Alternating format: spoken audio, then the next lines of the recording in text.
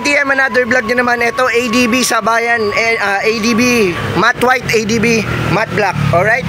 Nag-avail sila boss, magkasama sila package A. Ang in-avail nila parehas. So, quick demo ko lang ano yung mga ginawa natin. Super linis. Makikita nyo, dual horn mode. Meron tayong night owl mini driving light switch. Siyempre, meron tayong pass light. Alright?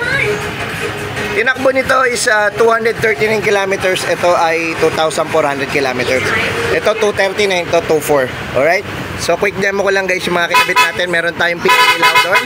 Meron rapid. Alright? Meron pass light. Naka low. Naka off. Naka high beam. Nagpapassing yan. Alright? 6 months warranty to guys. Package A, Icon Mini Driving Light version 2. Premium LED. At the same time PA Auto Style. Alright? Stock mode, alright, ang linis ng pagkakagawa, alright. So sa may mga gusto, wish nyo lang at Anido Thai Concept.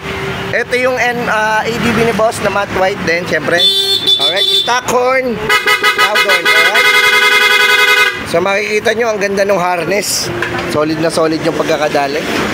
Ayan, parang stock lang, alright, parang walang kinabit. Okay, loud horn, low beam, mini driving light switch, night owl. Siyempre, high beam, alright. Off mid driving, pass light. Alright. So, may mga gusto ha, wish nyo lang at Anido Thai Concept, package A promo. Dito yan, located, number 9, City Garcia Avenue, UP din naman Quezon City.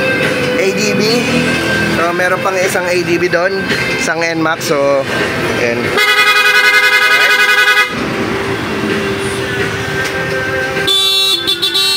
Mga ginamit natin dito ang materyales, syempre Nito Tape Japan, syempre Denso Relay Japan, Japan Wire, Japan Fuse Box, alright.